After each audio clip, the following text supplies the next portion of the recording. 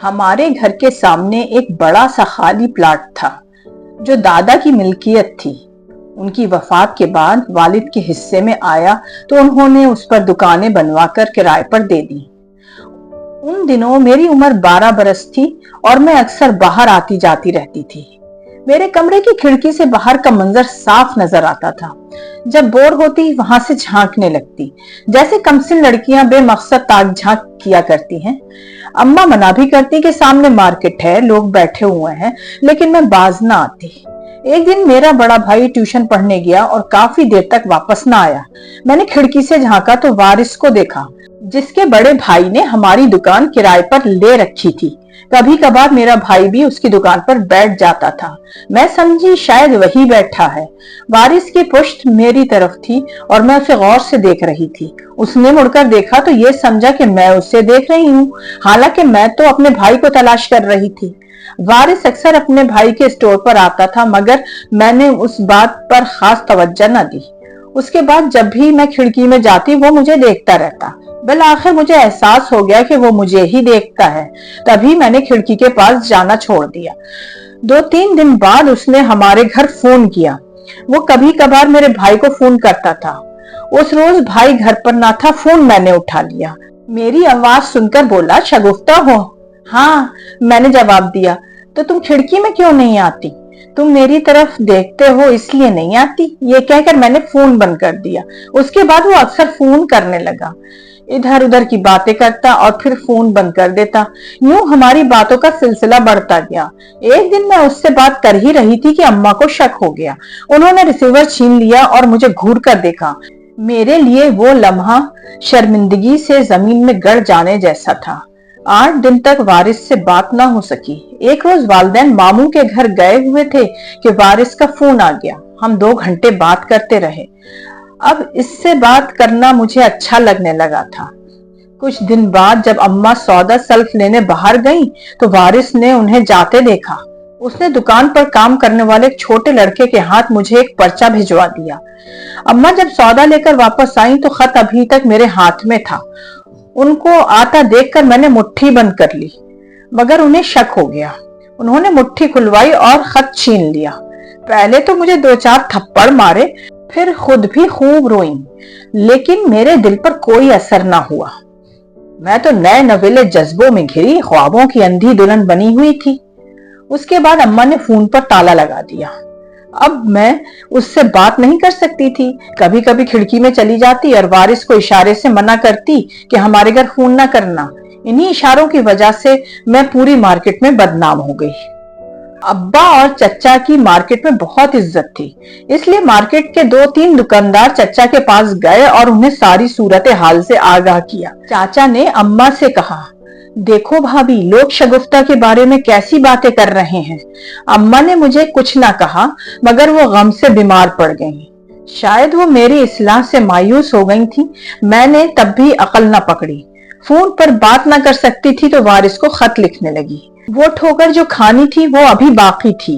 फिर एक दुकानदार की बीवी ने आकर अम्मा को बताया, अपनी बेटी को संभालिए, ये वारिस को खत लिखती है। आखिरी बार अम्मा ने रो रो कर मुझे समझाया, बेटी ऐसा ना करो, लड़के अक्सर लड़कियों को खतूत से ब्लैकमेल करते हैं। अब मैं 13 साल की हो चुकी थी। वक्ती तौर पर अम्मा के रोने का असर जरूर हुआ। मैंने वारिस को खत लिखना बंद कर दिया। फोन भी ना उठाती। तब वारिस बेचैन हो गया कि अब क्या होगा। राब्ते का जरिया तो खत्म हो गया। जब कोई सूरत ना बनी तो उसने मेरे कजिन आमिर को अपना हमदर्द बना लिया और उसे सारा हाल बता दिया।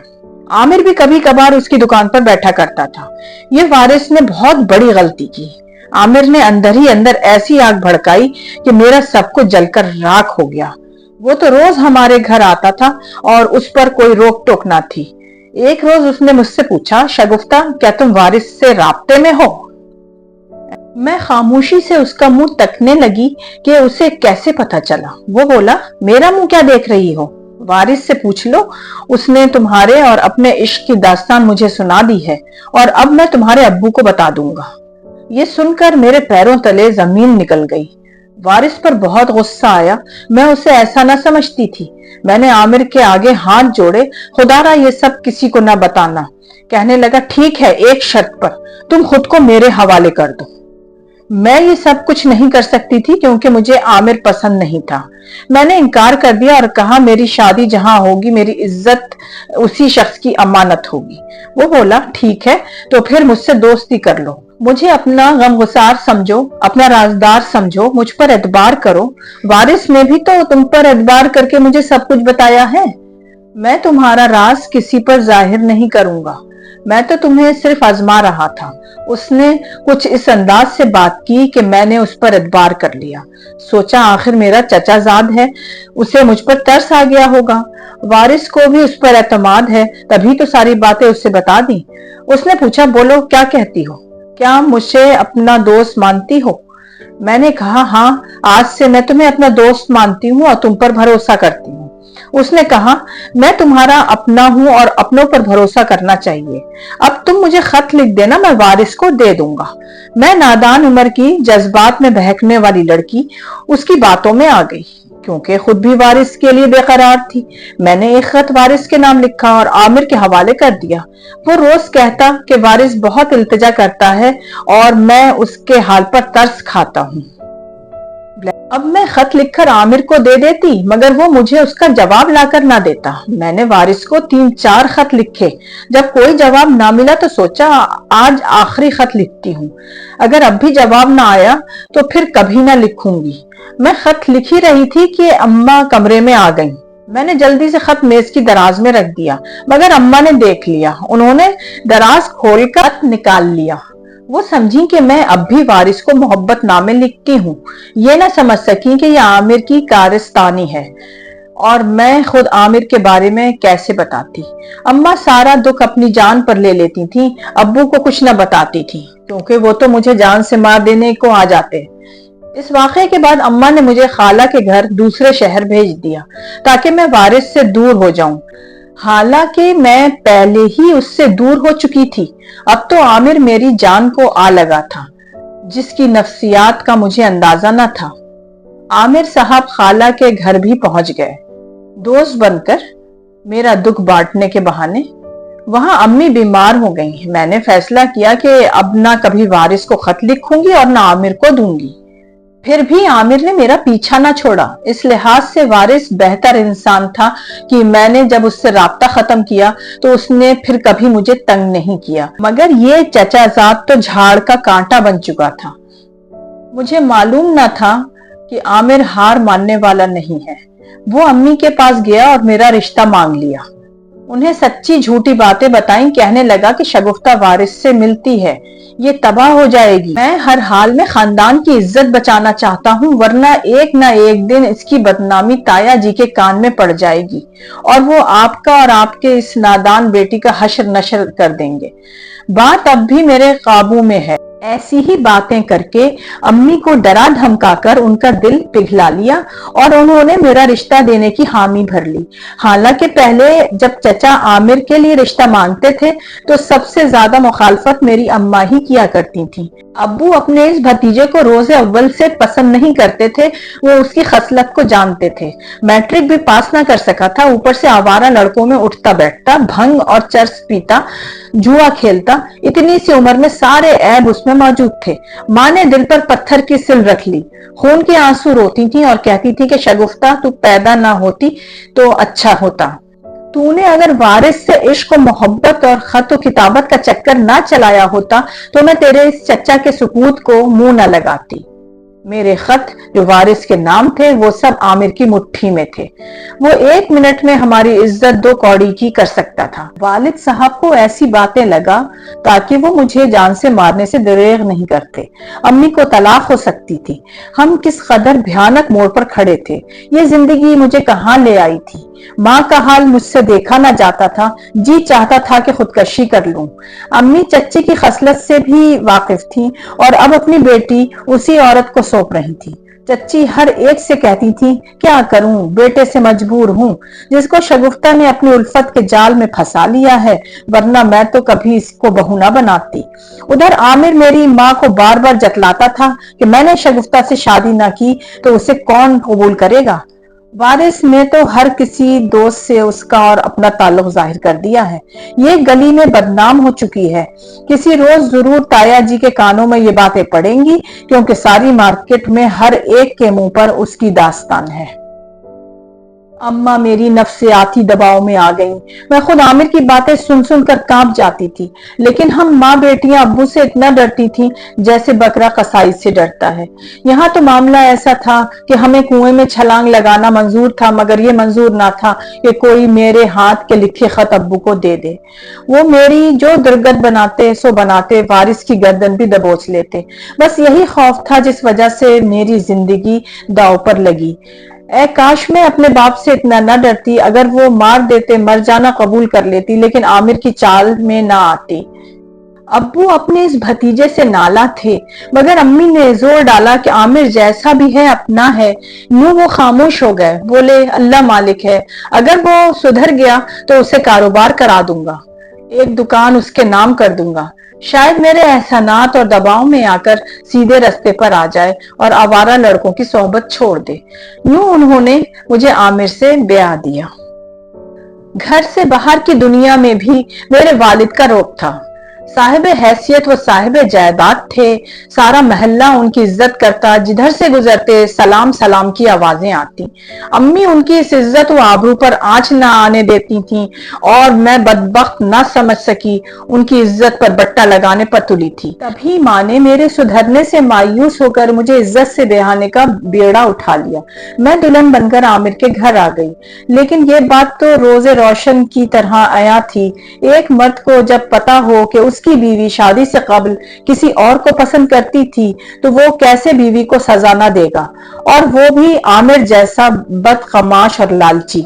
जायदाद के लालच में शादी मुझसे कर ली, दुकान और कारोबार के लिए रुपया भी बटोर लिया, जहेज भी ढेर सारा उसके घर अब्बू ने पहुंचा दिया। यूं कुछ दिन उसने मेरे साथ शनात गुजारे, लेकिन अंदर अंदर फित्री इंतकाम की चिंगारी उसका तन मन सुलगा रही थी। जो ही अब्बू का इंतकाल हुआ, उसने पंजे निकाल लिए, गोया उसी दिन का इंतजार था। अब मुझे सताना शुरू कर दिया। ताने और वारिस के नाम से अजियत भरी बातें, दिन रात ऐसा ही रवैया कि मेरी जिंदगी अजीरन कर डाली। मैं रोती हुई माँ के पास जाती तो वो मुझी को बुरा भला कहती कि इसी दिन के लिए मना करती थी और तू ना समझती थी। कभी रोती तो गले लगाती और कभी दुआ करती कि खुदा आमिर को समझ दे और वो उनकी बेटी को अजियत देना छोड़ दे। 4 साल मैंने ऐसे ही गुजार दिए। अम्मी मेरे गम में घुल घुल कर खत्म हो गईं। चचा का बहुत सहारा था। 2 साल बाद वो भी चल दिए। अब तो आमिर की बनाई। वो घर का सरबराह था। अल्लाह ने मुझे एक बेटे और बेटी से नवाजा, मगर वो भी यके बाद दीगरे फौत हो गए। खानदान में शादियां करने के रिवाज की वजह से उनमें कोई विरासती बीमारी थी कि उनका खून नहीं बनता था। यूं मैं नाखुश और नामुराद ही रही। चची कभी मुझसे हमदर्दी करती, दुआ भी देती, आमिर को समझाती कि इसको मत सताया कर, बीवी है तेरी, अजियत देना छोड़ दे, खुदा नाराज होगा, उसके साथ अच्छा सलूक रख। मगर वो सास थी। कभी मजाज बदल जाता तो कहती, आमिर तुम दूसरी शादी कर लो, हमें औलाद चाहिए। आमिर की फितरत बद थी, जाने वो किस पर गया था। हमेशा गलत लोगों से उसकी दोस्तियां होती, बुरे लोगों की सोहबत उसे पसंद आती। आखिरकार उसने बाजार हुस्न का रास्ता देख लिया, तो रही सही गैरत व हमियत जाती रही। दिन रात वो तवाइफों के कदमों में पड़ा रहने लगा। शराब और कबाब का रसिया हो गया। जब सारी दौलत तवाइफों पर लुटा बैठा तो उनको बाअसर अय्याश दौलतमंदों तक पहुंचाकर उस जरिए से रुपया कमाने में लग गया। ये रुपया कमाने का आसान और घटिया तरीन रास्ता था जिस पर वो चल पड़ा था। एक जुआरी शराबी दोस्त शब्बू भी उसके हम रकाब हो गया था। मेरा एक ही भाई था जो वालिद के कारोबार और मार्केट की आमदनी संभाल रहा था। उसे हमसे गर्ज न थी। मैके चली जाती तो आओ भगत कर लेता, मगर दुख सुख बारे में कभी नहीं पूछता था। इधर आमिर मुझे कहता, तेरा भाई अकेले ही बाप की दौलत और विरासत संभालता है, उससे मुतालबा करो कि तुमको आमदन का आधा हिस्सा दे दे। भाई भला कब ये बात मानने वाला था।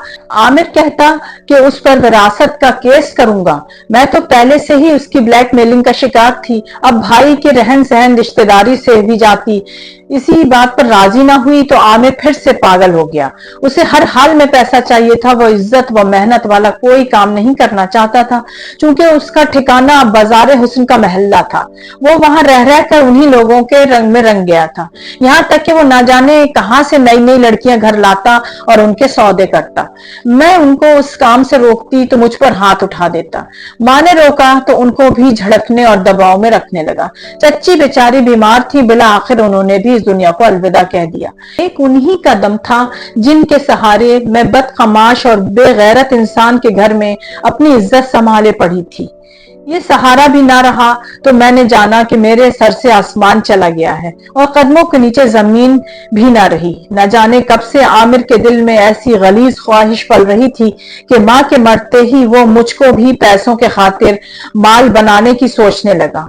मैं उसकी नीयत से ला इल्म थी, लेकिन एक रोज मैंने उसे अपने दोस्त से बातें करते सुन लिया। दोनों घर की बैठक में नशा कर रहे थे।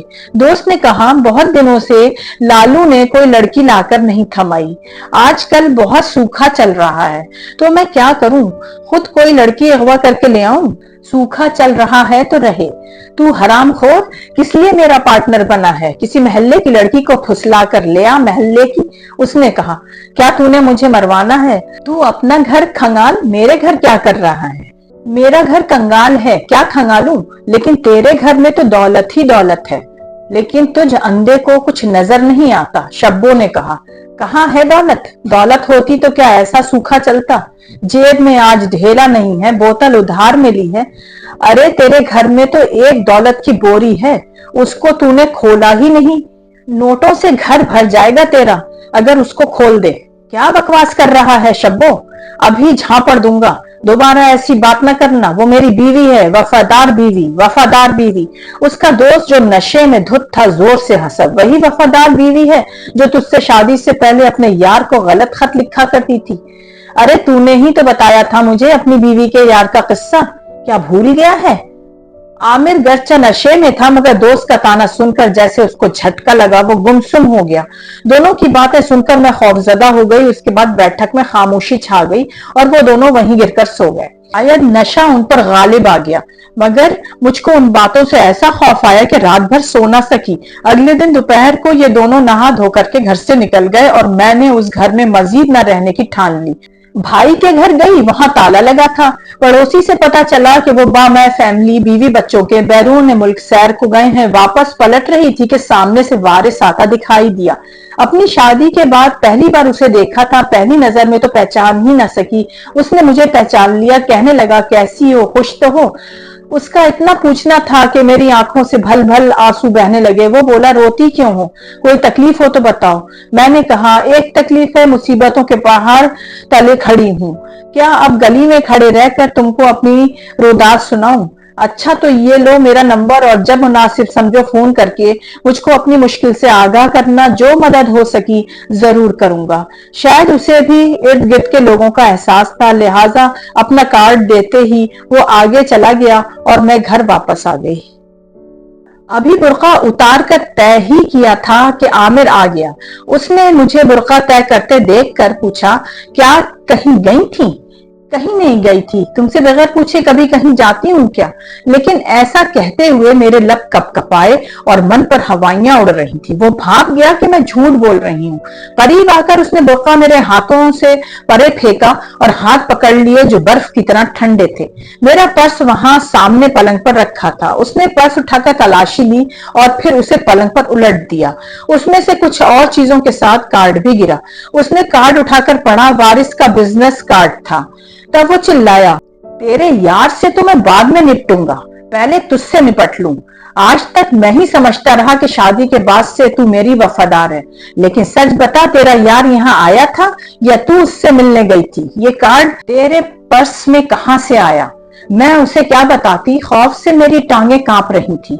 उसने मेरे सामने कार्ड जलाकर राख कर दिया और ये कहकर घर से चला गया कि तुझको मारना बेकार है, तू सुधर नहीं सकती, मैं तेरा कोई अच्छा बंदोबस्त करता हूँ। वो चला गया और मैं सोच में पड़ गई कि उसको तो गुस्से में आपे से बाहर हो जाना चाहिए था। मुझे मारना पीटना चाहिए था। तरह तरह के सवालात करता, लेकिन वो खड़े खड़े चला गया जैसे कोई बहुत ज्यादा जरूरी बात याद आ गई हो। मगरिब के बाद वो अपने दोस्त के साथ लौटा तो एक और आदमी भी हमरा था। वो उन दोनों को मेरे कमरे में ले आया और बोला, मैंने तो इसको तलाक दे दी है, तुम दोनों तलाक के गवाह रहना, लेकिन इस बेचारी का कोई और है नहीं। भाई इसका तो जायदाद के बंटवारे के डर से उससे छुपता फिरता है, सो अब ये जाएगी कहाँ? इसका कोई ना कोई बंदोबस्त तो करना होगा, वरना ये भूख से मर जाएगी या गलियों में भीख मांगती घूमेगी। अब बताओ कि इस तस्वीर के बारे में क्या ख्याल है? मैं उस वक्त हवास बाख्ता दम बखुद एक तस्वीर की तरह खड़ी थी। दूसरे आदमी ने कहा, सारे रंग पूरे हैं, शाहकार तस्वीर है, उसके तो बहुत ऊंचे दाम लगेंगे। तो एजेंट यार, तुम उसे ले जाओ, मैं अपने हाथों से नहीं धक्का दे सकता। अगर चूं चढ़ा करे तो मेरी तरफ से इजाजत है उसके बल निकालने की। जितने हरबे हैं सब आजमा लेना। मैं रोने लगी। आमिर, होश में तो हो, ये क्या कह रहे हो? होश में नहीं हूं, तभी तो कह रहा हूं। क्या तुमको अपने घर की इज्जत की भी परवाह नहीं? मैं तुम्हारी बीवी हूं, जवाब मिला। मैं तुमको तलाक देता हूं, तुम मेरी बीवी नहीं हो। अब घर की इज्जत कैसी, जब बीवी ही नहीं रही हो? क्या तुमको गैरत नहीं है? मैं फिर भी फरियाद को ना थी। गैरत होती तो तुझसे शादी करता, वारिस की पामाल करदा लड़की से। ये सुनकर मेरी आंखों के सामने अंधेरा आ गया। आमिर को अपने घर इज्जत का कोई अरमान न रहा। इससे पहले कि वो मेरे हाथ पैर बांधकर गाड़ी में डालते, मैं बेदम होने लगी, क्योंकि उन्होंने कसकर मेरा मुंह बांध दिया था। मैं बेहोश हो गई और फिर उस जगह पहुंचा दी गई जिसको गंदा तालाब कहते हैं। यूं उस मकरू आदमी ने मुझसे बरसों का हिसाब ले लिया और इंतकाम की आग को सर्द किया। मुझे लुटेरा बनकर लूटा और फिर लुटेरों के हवाले कर दिया। मैं तड़पी, मगर मेरा तड़पना किसी ने ना देखा। मैं इज्जतदार घराने की बाइज्जत और शरीफ लड़की थी और इज्जत के रखवाले के हाथों में रोज बरोज अंधेरी दुनिया में डूब रही थी। किसको दोष देती? लोग कहते हैं बेटियां खुदा की नेमत होती हैं, फिर उनकी पैदाइश पर अफसोसगी क्यों? क्योंकि माँ बाप और खानदान की इज्जत इन्हीं बेटियों के हाथ होती है, और ये इतनी बेवकूफ होती हैं कि अपने जज्बात को सब कुछ समझकर किसी भी वक्त खुद को तबाही के समुंदर में गिरा देती हैं।